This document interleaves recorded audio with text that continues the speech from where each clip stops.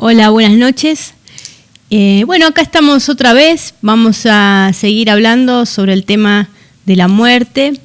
Estuvimos la vez pasada, el lunes pasado, hablando un poco acerca de este tema para poder descartar una tradición bastante polémica para los cristianos sobre todo, que consiste en pensar que Dios es el que se lleva, entre comillas, a la gente.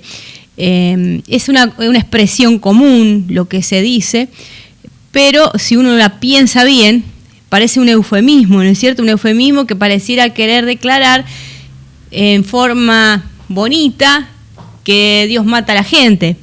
Pensémoslo bien, es como que se está queriendo, como que es eso lo que se está diciendo en definitiva, pero como un eufemismo. Y bueno, estuvimos hablando acerca de que Dios no arranca a las personas de esta vida, sino que sí, cuando las personas se mueren, Él te espera del otro lado. Y así que bueno, eso es un poco lo que estuvimos tratando. Vamos a seguir viendo más cosas en la palabra de Dios que nos van a ayudar a entender que estas frases que tenemos hechas muchas veces pueden ser perniciosas y más vale que veamos las cosas como son en la palabra, porque nos es tan importante tener una imagen correcta de Dios para poder desarrollar nuestra vida, para poder tener una fe fuerte, una fe que sea bien radical, esa fe que obtiene los milagros y las promesas de Dios que todos queremos ver. Así que el tema que seguía es: cuando alguien se muere, ¿podemos decir que fue por voluntad de Dios? Bueno, siendo que la naturaleza de Dios es vida y que Él no creó la muerte, como estuvimos viendo, ni tampoco fue por su voluntad que la muerte entró, puedo decir que no es correcto decir que cuando alguien se muere, decir que fue la voluntad de Dios. No es correcto. Dios no ha cambiado.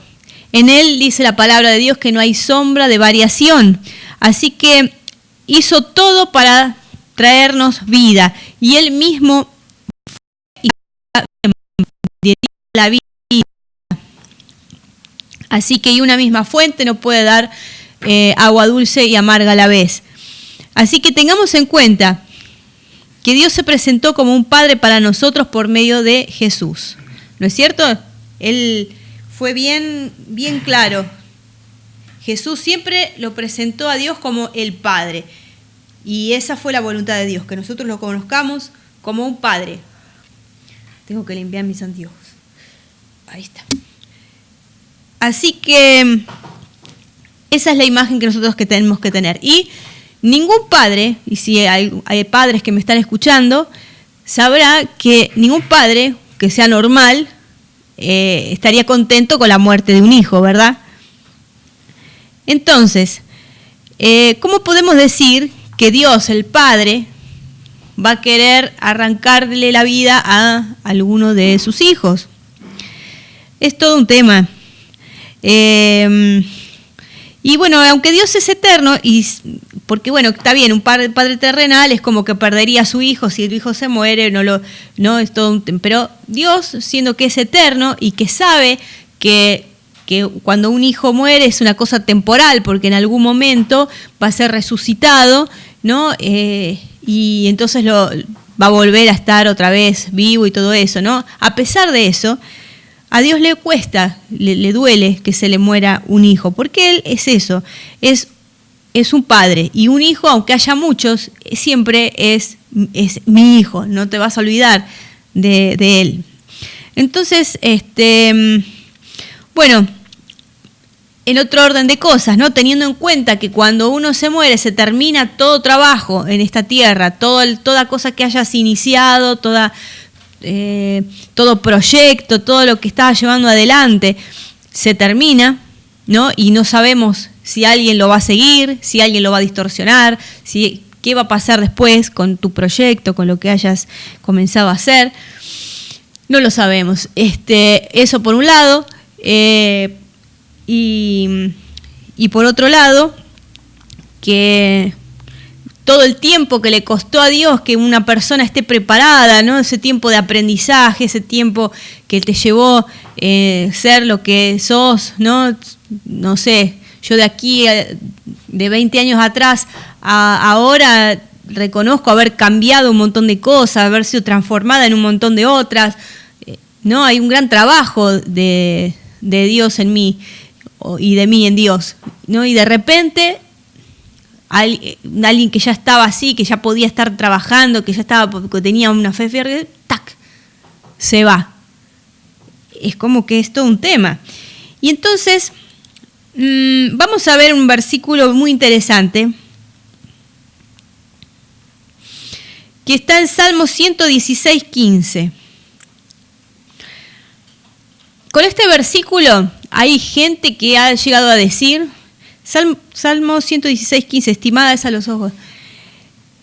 Con este versículo mucha gente ha llegado a decir que Dios le gusta que la gente se muera, que Dios quiere un pétalo de rosa más en el cielo y un montón de cosas han llegado a decir. Pero lamentablemente es por una traducción medio incorrecta, ¿verdad? A ver, dice: estimada es a los ojos de Jehová la muerte de uno de sus santos, ¿no? Por eso es que muchos han interpretado este versículo como que Dios quería llevarse la gente, como que estaba bárbaro, la muerte, wow. Pero la versión Reina Valera no tiene el mismo impacto que otras versiones. Hay otras versiones que son mucho más claras y que encajan mucho mejor con todo el resto de la escritura, ¿no es cierto? Y el tema está en la palabra hebrea yakar, que aquí se traduce estimada, es la palabra hebrea yakar, y significa también costosa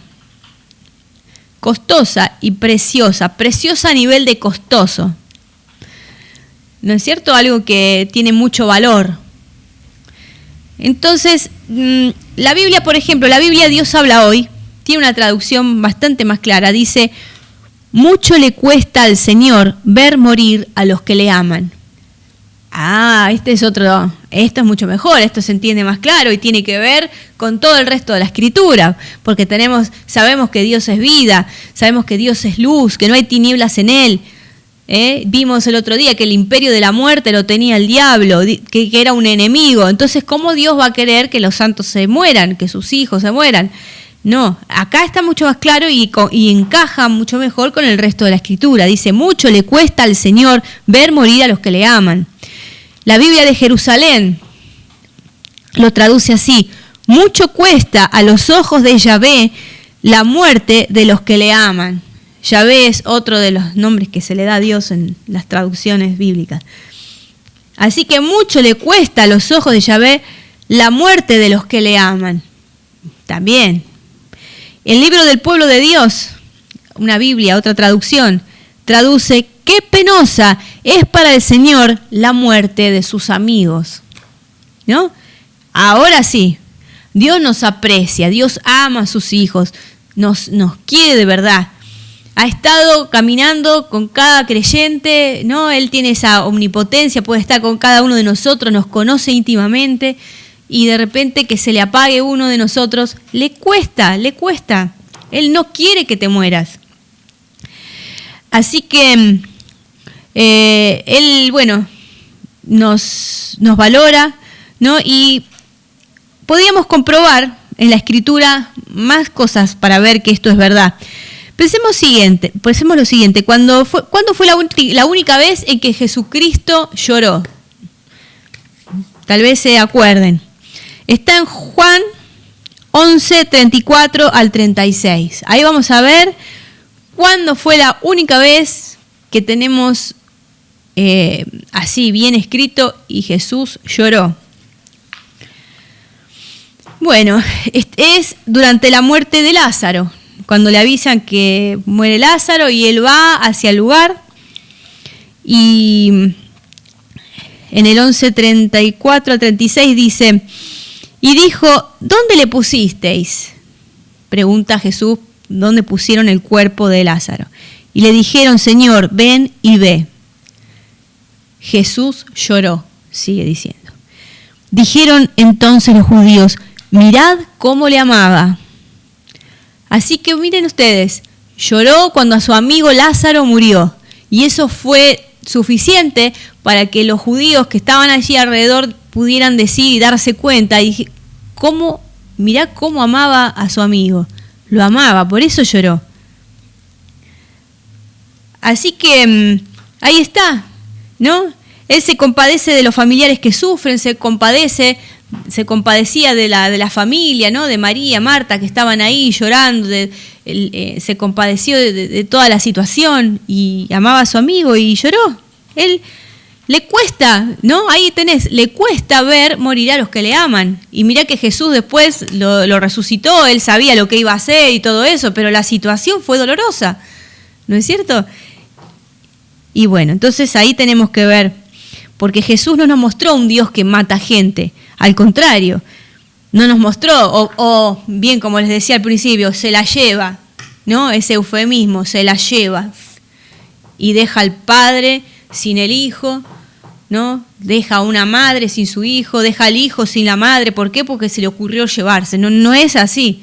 A Dios le cuesta ver morir a los que le aman y se compadece del sufrimiento de sus familiares. Así que ese es el tema. Jesús es el mismo. Hoy, ayer y por los siglos. Así que lo que antes le dolía, hoy también le duele. Así que bueno, Él siempre es el mismo. Y vamos a ver algo que quiero ver en Lucas 7, 12 al 15. Vamos a ver cómo Él se compadece del sufrimiento y qué hizo cuando vio el sufrimiento de una mujer que se le murió el hijo. Dice, cuando llegó cerca de la puerta de la ciudad, he aquí que llevaban a enterrar a un difunto, hijo único de su madre, la cual era viuda, y había con ella mucha gente de la ciudad. Y cuando el Señor la vio, se compadeció de ella, y le dijo, no llores. Y acercándose, tocó el féretro, y los que lo llevaban se detuvieron. Y dijo, joven, a ti te digo, levántate. Entonces se incorporó el que había estado muerto, y comenzó a hablar, y lo dio a su madre. ¡Wow! ¿No? Lo resucitó, vio la madre sufriendo, vio un hijo muerto, y ¿qué hizo? Lo resucitó. Ahí está, eso es un ejemplo de empatía. Dios no quiere la muerte de nadie, ni quiere ver a las familiares sufriendo. Entonces, ese es el tema. Jesús, como dice Hebreos 13:8, Jesús es el mismo ayer y hoy y por los siglos. Él se compadece hoy tanto como se compadeció ayer. Él no quiere dejar al hijo sin su mamá, ni a la madre sin el hijo, ni al esposo sin la esposa. Más bien, quisiera devolverte a tu familiar amado. Ese es el corazón de Dios. Así que, y bueno, la verdad es que si no hemos podido ver mucho este tipo de milagros, ¿no? De resucitar muertos, es porque, bueno, no hemos entendido el corazón de Dios. ¿Y por qué? Bueno, porque cuando se piensa que fue la voluntad de Dios que alguien se muera, entonces, ¿quién se va a animar a ir y resucitarlo? Si fue voluntad de Dios, mejor ni me meto, ni lo toco, ni se me ocurre ir a hacer algún esfuerzo, ¿no es cierto? Ni pensás en que podés resucitarlo. Y mucho menos tener ese coraje, ¿no? De ir y decir, levántate. ¿Por qué? Porque pienso que es la voluntad de Dios. Es así de simple. Así que, y bueno, y el Señor nos mostró más aún de su voluntad cuando dejó este mandamiento. En Mateo 10:8 dice, sanad enfermos, limpiad leprosos, resucitad muertos, echad fuera demonios, de gracia recibisteis, dad de gracia. Así que dice resucitad muertos, o sea que la voluntad de Dios, si nos deja un mandamiento, dice resuciten muertos, es que los resuciten, no es que se mueran, es que vos los puedas resucitar. Así que bueno, entonces yo sé que surge la duda, porque más de una vez me la han dicho, surge la duda, pero entonces no nos vamos a morir nunca y eso no puede ser. Bueno, este es el tema. Tengo acá un extracto algo que escribió Barry Bennett, que lo voy a leer. Dice así, Dios declaró 120 años para la vida del hombre en Génesis 6:3. Después, Dios pronunció una maldición sobre Israel en el desierto. Y para ellos la vida solamente iba a tener 70 o en los más robustos 80 años. Según dice el Salmo 90:10, donde dice los días de nuestra edad son 70 años y si en los más robustos son 80 años. Entonces, no dice que era una decisión soberana de Dios, sino que tenía que ver con la fuerza física de cada uno, los más robustos 80. Sin embargo, la maldición de Israel en el desierto no es promesa nuestra, porque fuimos redimidos de la maldición de la ley por Cristo, como dice Gálatas 3:13. Y hoy muchos viven 90 a 100 años o más. En nuestros días se pueden extender a mucho más que 80 años los años de vida. O sea que está bien, hay un tiempo de vida útil que el cuerpo humano tiene. Pero el asunto es que hay mucha gente, y ahora vamos a ver algunos pasajes interesantes al respecto, que hay mucha gente que muere antes del tiempo de la edad, antes de que realmente su vida útil hubiera terminado. Y, por ejemplo, vamos a Éxodo 23:26. Hay muertes prematuras. Vamos a ver unos pasajes. Éxodo 23:26 dice, no habrá mujer que aborte, ni estéril en tu tierra, y yo completaré el número de tus días.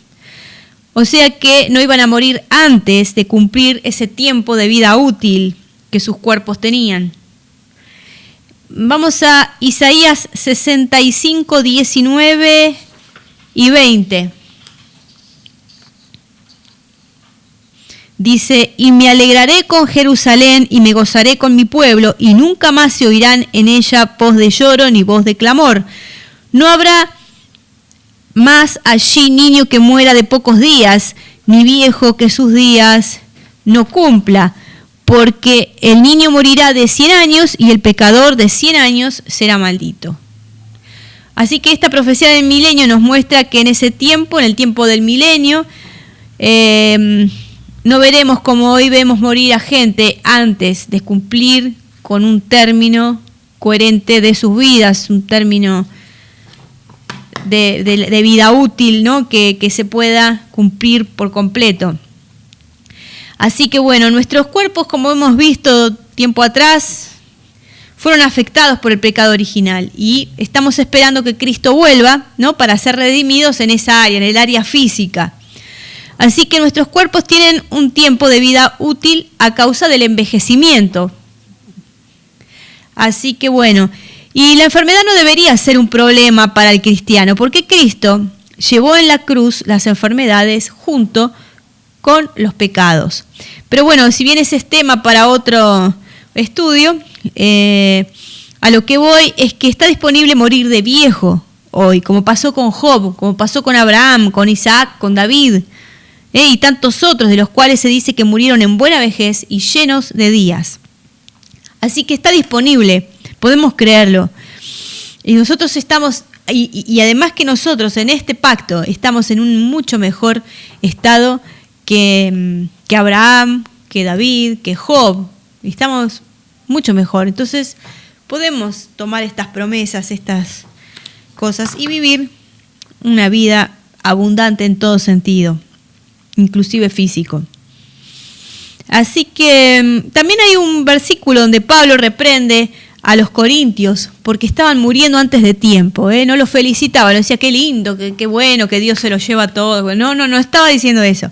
Los reprende por esto y les dice, los corrige para que no les siga pasando. Primera de Corintios 11, 29 y 30.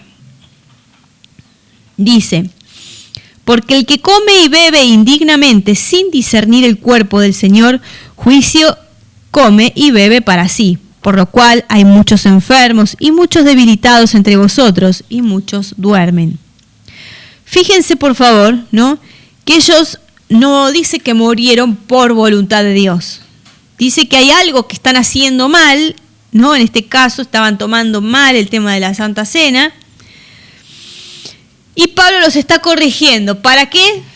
Para que ellos puedan estar sanos, ¿no? Y no mueran prematuramente, ¿no? Muchos enfermos, muchos debilitados, y muchos duermen. No tendrían que estar muriéndose, ¿no? Habla de dormir como una especie de eufemismo. Está hablando de la muerte. Entonces hay debilitados y hay muchos muertos, ¿no? De que no deberían estar muertos. Así que bueno, este es el tema. Y este versículo, bueno, como toda la Escritura, es palabra revelada de Dios, así que tenemos que prestar atención a estas cosas también. Así que sintetizando lo que vimos hasta ahora, en esta parte, en esta pequeña sección: 1. A Dios le cuesta y le duele la muerte de un hijo. 2. Se compadece de los familiares que sufren por la muerte de un familiar amado. 3.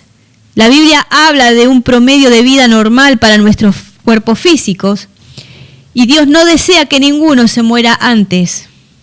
4. Está disponible a resucitar muertos. 5. Si estamos atentos, Dios nos advertirá sobre lo que estamos haciendo mal para que no muramos antes de tiempo.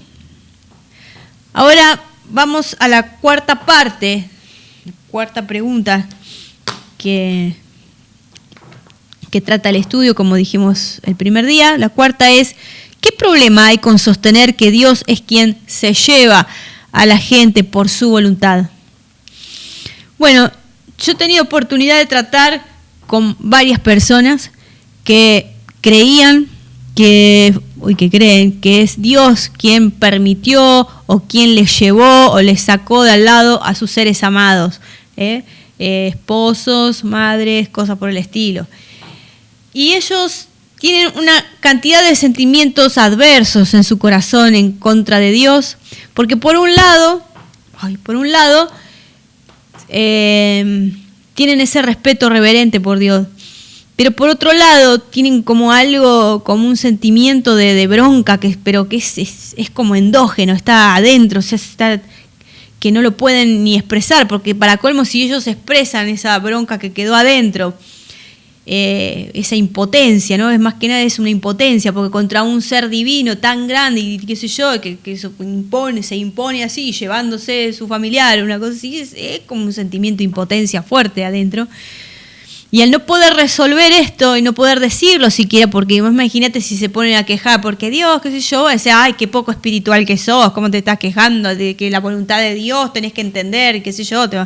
Entonces es como que no pueden resolver ese problema y al final no están bien con Dios y están poniendo una cara de que están bien con Dios y por dentro están enojados y están mal, y eso los enferma, eso los pone, los angustia, no sé, es algo bastante feo, es como un sentimiento de amargura y de rebelión que se genera en las personas.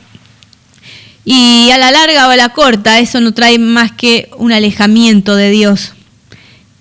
Así que es tan importante, por eso lo digo una vez más, la imagen que tengamos de Dios, porque la imagen que tengamos de Dios determina nuestras vidas.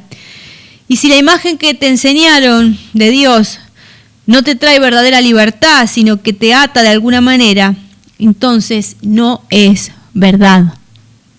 ¿Por qué? Porque el Señor dijo: conoceréis la verdad y la verdad te hará libres. Las personas que piensan que Dios le arrancó el familiar de esta vida y están enojados con Dios, no están libres, están sufriendo por dentro, tienen una rebelión contra Dios, prefieren hasta ni creer en Él.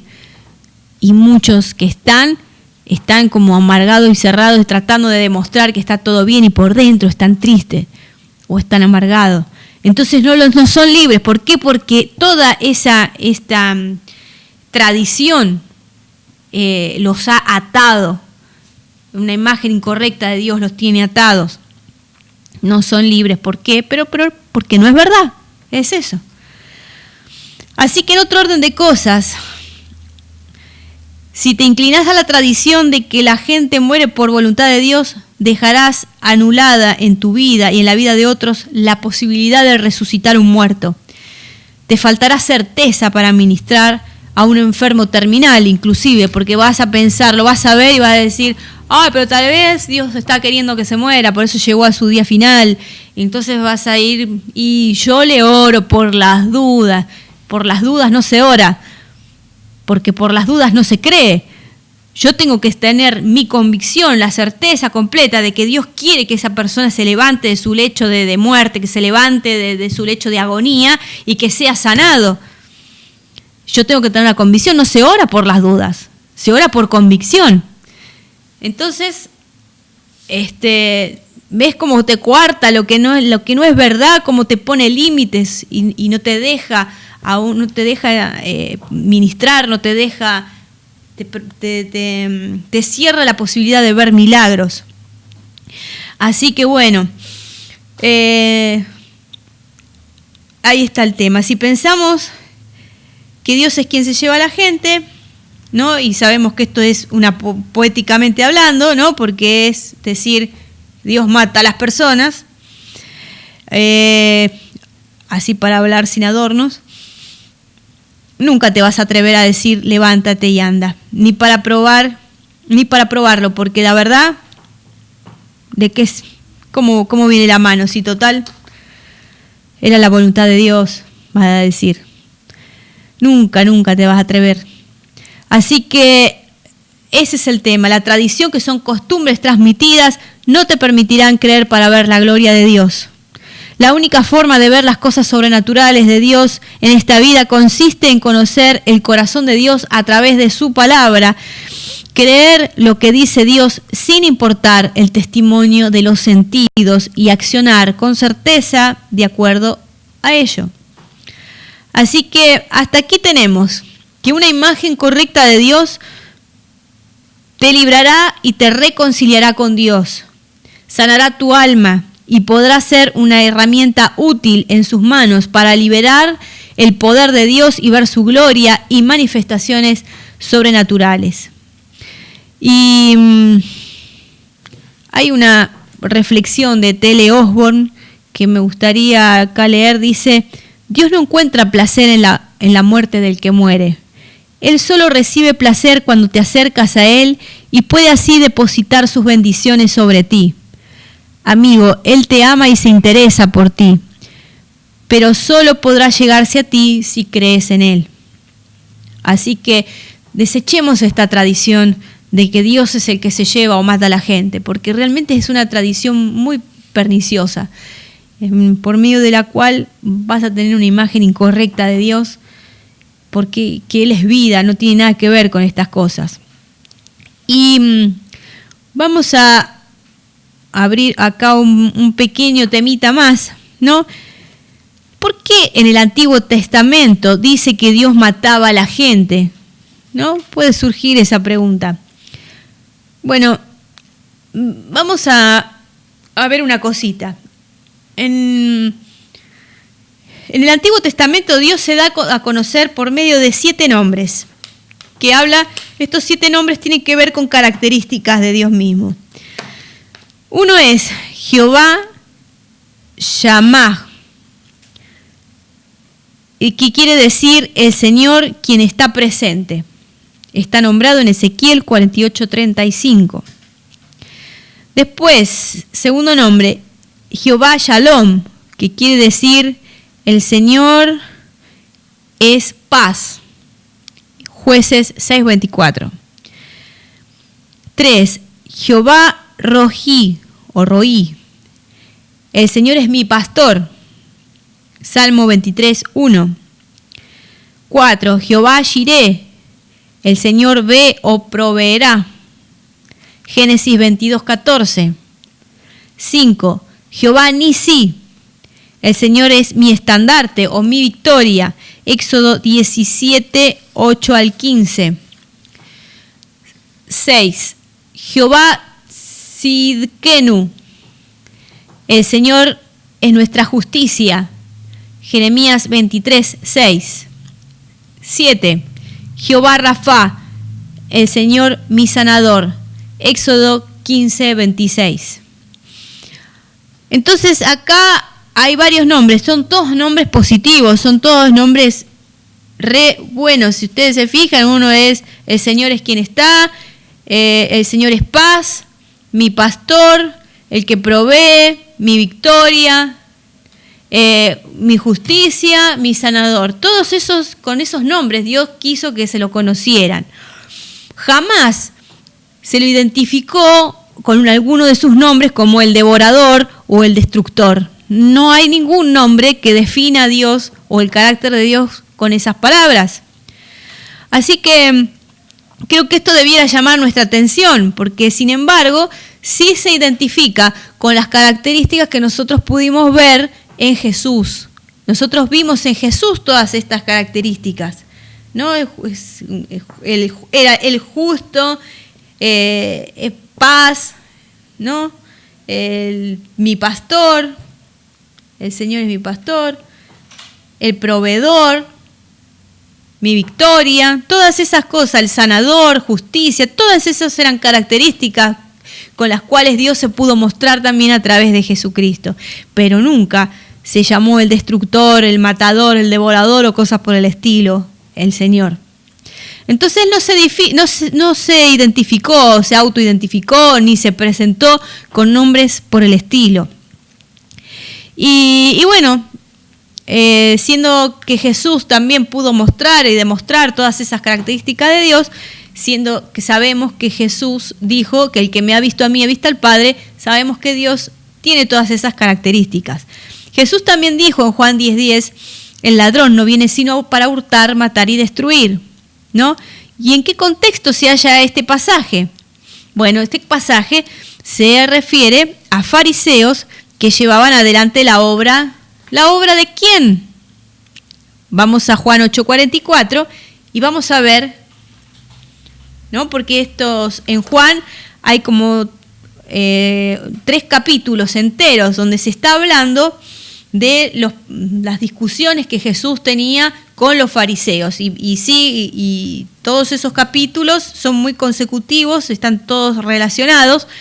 Entonces en Juan 8:44 vemos estas conversaciones que estaban teniendo y Jesús le dice a los fariseos, vosotros sois de vuestro padre el diablo y los deseos de vuestro padre queréis hacer. Él ha sido homicida desde el principio y no ha permanecido en la verdad porque no hay verdad en él. Cuando habla mentira, de lo suyo habla, porque es mentiroso y padre de mentira. Así que ahí está el contexto. Jesús le estaba hablando a los fariseos que estaban llevando a cabo la obra del diablo. Por ellos dice, el ladrón viene a hurtar, matar y destruir.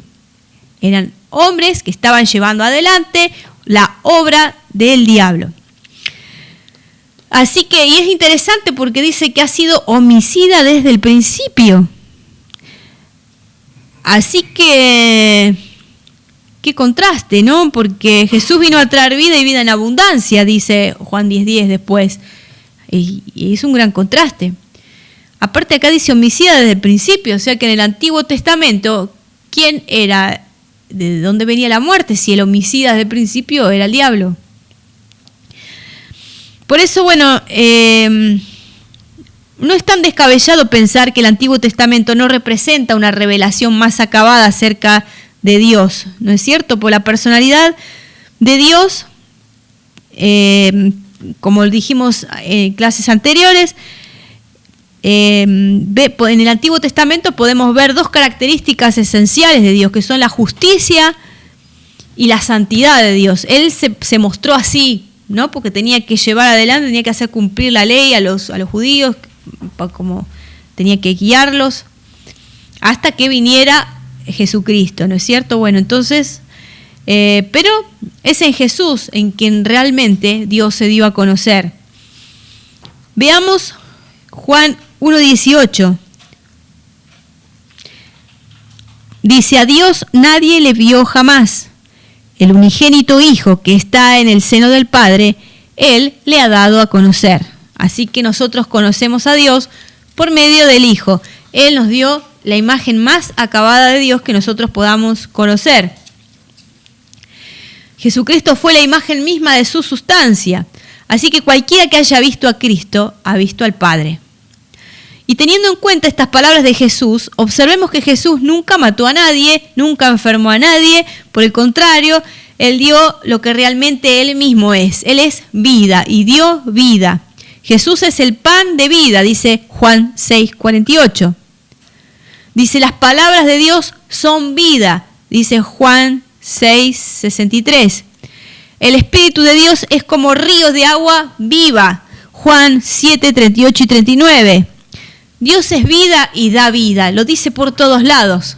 ¿De dónde pues van a sacar o van a decir que Dios es quien mata a la gente, se lleva a la gente o como quieran decirle? Es ese tipo de afirmaciones o ese tipo de dichos aceptados por antiguos pero no por verdaderos son una falacia. Deuteronomio 30:19 dice: a los cielos y a la tierra, están hablando bajo la ley, ¿no? Nosotros no estamos bajo la ley, pero quiero mostrarles algo. A los cielos y a la tierra llamo por testigos hoy contra vosotros, que os he puesto delante la vida y la muerte, la bendición y la maldición. Escoge pues la vida para que vivas tú y tu descendencia. Así que Dios no quería que la gente de su pueblo muera. Ellos estaban bajo el pacto de la ley. Entonces todavía no había llegado el Redentor. Así que bueno, la ley cumplía una función de guía, como de un tutor o de maestro, como dice Gálatas 3:24. Ahí pueden ver que dice que Gálatas 3:24 dice que ha sido nuestro ayo, dice Pablo. O sea que estuvieron bajo la ley un tiempo como un tutor, alguien que los cuidó hasta la venida del Redentor. Pero lo que me llama la atención de este versículo es que Dios, la voluntad de Él era: elijan la vida para que les vaya bien. O sea, no quería que elijan la muerte. Entonces no era la voluntad de Dios la muerte, era la vida para ellos. Así que también, para comprender un poco más, es interesante observar en Malaquías. Es una de las poquitas revelaciones que hay en el Antiguo Testamento acerca de Satanás. No sé si es la una, no, hay dos veces. Creo que al principio en Génesis y después acá, después mucho más no hay. Sí, Job, sí, tenés razón. Y bueno, ¿por qué? Porque el que realmente lo dio a conocer a Satanás, lo expuso públicamente, fue Jesucristo. Él sí, pero tenemos unas muy poquitas, y en Malaquías hay una, y dice que Malaquías 3:10. Las cosas no andaban bien para Israel porque Israel estaba fallando en cumplir la ley en varias áreas, y una de ellas, la que va a tratar Malaquías, es porque habían dejado de dar los diezmos, las ofrendas, dejaron de sostener a los levitas en aquellos días y no hacían sacrificios. Entonces Dios los llama a volver a la obediencia para beneficio de ellos mismos. Y Malaquías 3:10 dice: traed todos los diezmos al alfolí y haya alimento en mi casa, y probadme ahora en esto, dice Jehová de los ejércitos, si no os abriré las ventanas de los cielos y derramaré sobre vosotros bendición hasta que sobreabunde. Y bueno, primero les dice que cumplan lo pactado en la ley y luego les va a agregar: reprenderé también por vosotros al devorador, en el versículo 12. Malaquías 3, 11 y 12 vamos a leer ahora. Reprenderé también por vosotros al devorador, y no os destruirá el fruto de la tierra, ni vuestra vida en el campo será estéril, dice Jehová de los ejércitos, y todas las naciones os dirán bienaventurados, porque seréis tierra deseable, dice Jehová de los ejércitos. Entonces, estamos viendo que hay acá una tercera persona, además de los israelitas y Dios, hay una tercera persona que se está nombrando y que dice que es el devorador. Entonces él dice que va a reprenderlo al devorador para que no les destruya el fruto de la tierra ni la vid, y para que el campo no sea estéril. Lo va a reprender al devorador. lo va a echar, pero ellos van a tener que cumplir con su parte en la ley. Y esto nos muestra que había alguien más ahí que estaba devorando, por eso entendemos que está hablando de Satanás. Sin duda es el homicida, sin duda es el que tenía el imperio de la muerte y buscaba destruir las vidas de aquellos a quienes Dios amaba, porque es en realidad lo que el diablo siempre ha querido hacer, es destruir las vidas, las economías, la salud de todos aquellos, o de las personas, de la humanidad en sí, porque Dios creó la humanidad, porque Él amó al mundo, amó la humanidad, y por eso el diablo tiene tanto enojo con nosotros. Y así que bueno, el Antiguo Testamento en sí no presenta mucha revelación acerca del diablo, así que tal vez tenga que ver que no podían hacer nada para luchar contra él. Todavía el Redentor no había nacido, así que lo único que tenían para defenderse así era que cumplieran esta ley y no se torcieran y no chocaran con los principios divinos. Así que bueno, en el Antiguo Testamento en general se le adjudica todo a Dios, el diablo ni se lo nombra, pero es porque hay una revelación más oscura.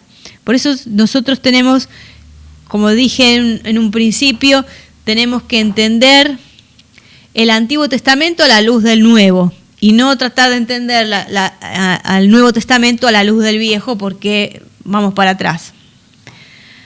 Así que bueno, en Colosenses 2:15 es donde ustedes van a poder ver, si lo leen, que es Jesucristo quien exhibió públicamente a Satanás y todas sus obras y a todas sus huestes. Es ahí donde Jesús fue, antes no había sido expuesto todavía. Hay apenas unas 3-4 menciones y nada más. Así que bueno, importante.